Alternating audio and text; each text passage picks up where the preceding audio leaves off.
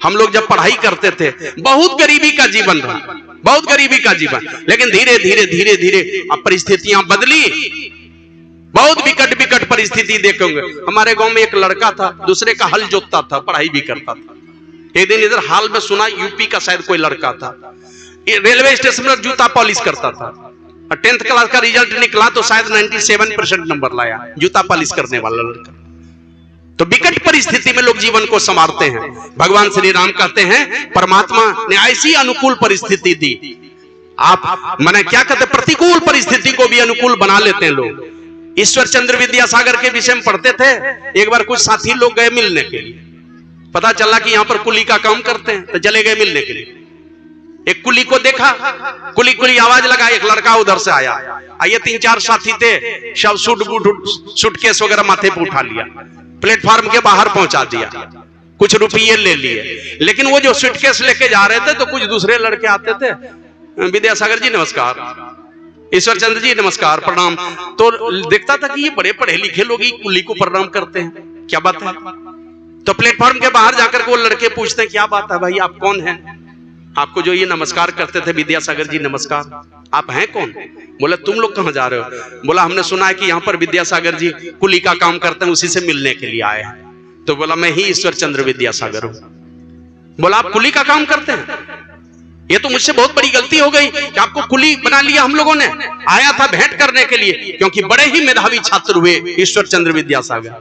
तो वही कहते हैं अरे तुम लोगों को कुली की आवश्यकता थी और मुझे तो 2 रुपये की आवश्यकता थी, बस यही कुछ कुछ पैसे जुटाता हूं और शाम के समय में बैठता हूं पढ़ने के लिए। रेलवे प्लेटफॉर्म के पर जो क्या कहते हैं पोल गड़ा हुआ रहता था ना, उस बल्ब के नीचे बैठ के पढ़ते थे। और लोग पूछते थे कि भाई फलानी गाड़ी चली गई, तो कहते थे मुझे पता नहीं, इतने मशगूल हो जाते थे। तो वही प्रभु श्री राम कहते हैं परमात्मा इस प्रकार की व्यवस्था दिए हुए हैं कि कोई न कोई अनुकूल परिस्थिति निकल जाती है बीच में, हमारे जीवन नैया सही सलामत आगे बढ़ती जाए, ये अनुकूल परिस्थिति। और यहाँ तो ऐसे ऐसे लोग हैं, किसी किसी के घर में जाएंगे ना तो पता ही नहीं चलेगा। शायद हम लोगों का संत मत का सारा आश्रम, संत मत में हजारों आश्रम है, सब आश्रम जोड़ दीजिएगा तो एक एक ऐसा लोग है उनके एक घर के बराबर कीमत नहीं होगी, सारा आश्रम जोड़ दीजिएगा। ऐसी ऐसी अनुकूल परिस्थिति है, लेकिन उससे पूछिए क्या करते हैं आप, तो क्या पता चलेगा जानते हैं। आर्य समाज के एक महात्मा हो गए आनंद स्वामी, है ना, स्वामी श्रद्धानंद, और उसके पहले महर्षि दयानंद। इन दोनों के बाद अगर आदर से नाम लिया जाता है तो आनंद स्वामी का नाम लिया जाता है। आनंद स्वामी के पास एक सेठ जी गए, विदेशी लोग, तो उनसे पूछा सेठ जी आप क्या करते हो। वो गए थे पूछने के लिए मुझे शांति क्यों नहीं मिलती, तो कहते हैं तुम क्या करते हो। बोला मैं बनियागिरी करता हूं। क्यों करते हो बनियागिरी। बोला पैसा कमाने के लिए। पैसा क्यों कमाते हो। बोला जीने के लिए। जीते हो किस लिए, जीते हो किस लिए। चुप हो गया।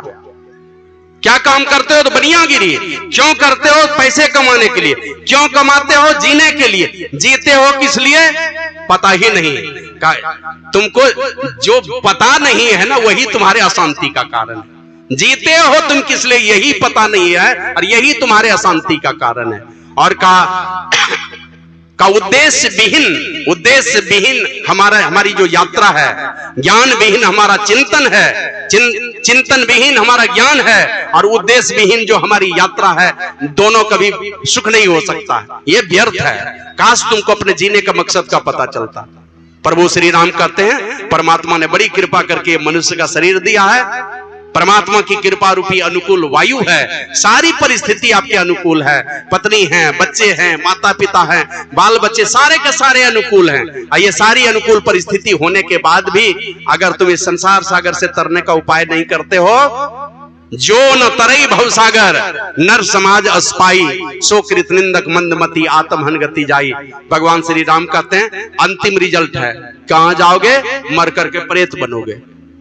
लोग तो सुसाइड करते हैं, जहर खाते हैं, फांसी लगाते हैं, कुछ भी करते हैं।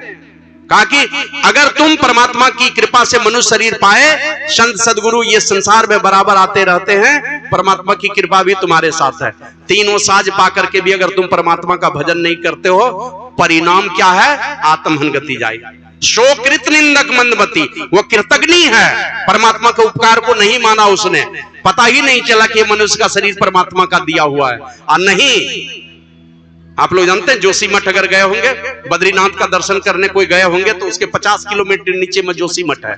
वहां पर आदि गुरु शंकराचार्य 5 वर्ष के उम्र में तपस्या किए थे। आज से 2700-2800 वर्ष पहले वहां पर एक पेड़ है, वो सहतूत का पेड़ है, 2600-2700 वर्ष हो गए, अब तक जिंदा है। कहीं उस पेड़ की योनि में चले जाते तब एक लड़का आया गुरु महाराज के पास कुप्पा घाट, आकर के कहा कि हुजूर मेरे पिताजी की मृत्यु हो गई है, आप चलिए मेरे पिताजी के श्राद्ध में। तो गुरु महाराज फुट फुट करके रोने लगे। तो लड़का लोग कहता, गुरुदेव हम लोगों से कुछ गलती हो गई क्या? तो बोला नहीं, तुमसे गलती नहीं हुई, गलती तुम्हारे पिताजी से हो गई, तुम्हारे पिताजी से हो गई। क्या गलती हो गई? चलिए सत्संग कर दीजिए श्राद्ध में। बोले मैं श्राद्ध में नहीं जाऊंगा, पुण्यतिथि पर जाऊंगा। श्राद्ध कर्म में नहीं गए, पुण्यतिथि पर गए थे, सत्संग किए और फुट फुट करके रोने लगे। तो लड़के लोग पूछते हैं हुजूर क्यों रोने लगे? कुछ गलती हो गई हम लोगों से क्या? क्योंकि उनके पिताजी अच्छे सत्संगी थे, कुछ गलती हुई? बोले नहीं, गलती तुमसे नहीं हुई, तुम्हारे पिताजी से गलती हो गई। क्या गलती हुई? बोले तुम्हारे पिताजी अंतिम समय में अमरूद का चिंतन करते हुए शरीर छोड़ दिए। तुम्हारे पिताजी, ये अमरूद का जो पौधा निकला है ना, ये तुम्हारे पिताजी ही है, इसको आंगन से उखाड़ना नहीं। 1 साल के बाद धीरे धीरे ये तो बढ़ेगा, 1 साल के बाद ये अपने मर जाएगा, फिर मनुष्य शरीर में चला जाएगा। छू दिए जाकर के गाछ को, और गाछ को पकड़ करके गुरु महाराज रो रहे थे। तो रोते रोते यही कहते हैं कि इसको काटना नहीं, उखाड़ना नहीं, आएगा 1 साल के बाद ये अपने मर जाएगा, फिर से तुम्हारे पिताजी अपने शरीर में चले जाएंगे। तो परमात्मा की कृपा से यह मनुष्य का शरीर मिला है, तो परमात्मा की कृपा से हमें यह मनुष्य का शरीर मिला है। आवश्यक है इन संत महापुरुषों के पास जाकर के अपने जीवन की दिशा को बदले, इन महापुरुषों से भक्ति की युक्ति सीख करके, जिसके विषय में बाबा साहिब स्वामी जी महाराज कहते हैं, भक्ति की युक्ति है सदगुरु बताते, जिसे सीख जीवन को लाना पड़ेगा, भक्ति बिना युक्ति साही न होगी। 84 का चक्कर लगाना पड़ेगा, इन 84 के चक्कर में ना चले जाएं। आवश्यक है कि संतों से युक्ति सीख करके खान पान की शुद्धि रखिए, संतों से युक्ति सीखिए, उनकी युक्ति के मुताबिक, क्रमबद्धता के मुताबिक। नवधा भक्ति का 9 सोपान है, प्रत्येक सोपान पर चढ़ते चढ़ते चढ़ते आप अंत में मुक्ति के महल में पहुंचे। और ऐसा अगर ना किया आपने तो का भक्ति निशेनी मुक्ति की, संत चढ़े सब धाय, जिन जिन मन आलस किया जन्म जन्म पछताए, जन्मों जन्मों पछताना पड़ेगा। तो ये सारा काम करने के लिए हमें यह कीमती मनुष्य का शरीर मिला है।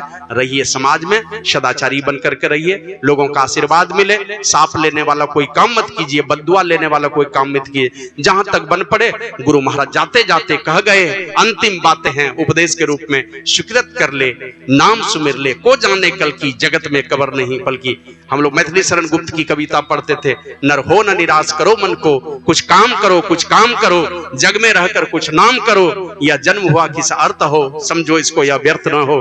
क्या आए हैं संसार में, कीर्ति का काम कीजिए, आपका जय जयकार हो, लेकिन साथ ही साथ यह जन्म किस लिए हुआ है, इसके लिए संतों से युक्ति सीख करके थोड़ा थोड़ा साधन करें। ये आपके पारमार्थिक जीवन को सजा देगा। दोनों हाथ में लड्डू है, इसी के लिए मनुष्य का शरीर मिला है। भक्ति करते बीच में शरीर छूटा, उत्तम स्वर्गलोक जाएंगे, भक्ति का संस्कार वहां ले जाएगा, लौटेंगे तो वही भक्ति का संस्कार बढ़िया कुल खानदान में जन्म दिलाएगा। दोनों हाथों में लड्डू है, और अंततः अपूर्णता को प्राप्त करेंगे, परमात्मा की भक्ति पूरी होगी, सारे दुख दर्द मिट जाएंगे। गुरु महाराज कहते हैं, दुख दर्द भव के सब मिटें, सदगुरु चरण नित सेइये, गुरु भक्ति बिन कछु ना बने, मैं ही सकल संतन कही। सारे दुख दर्द मिटेंगे, और गुरु भक्ति के बिना कुछ भी बनने वाला नहीं है। साधु संतों की सेवा कीजिए, यही आप लोगों की सेवा में सुनाया। सब लोगों को बहुत बहुत साधुवाद।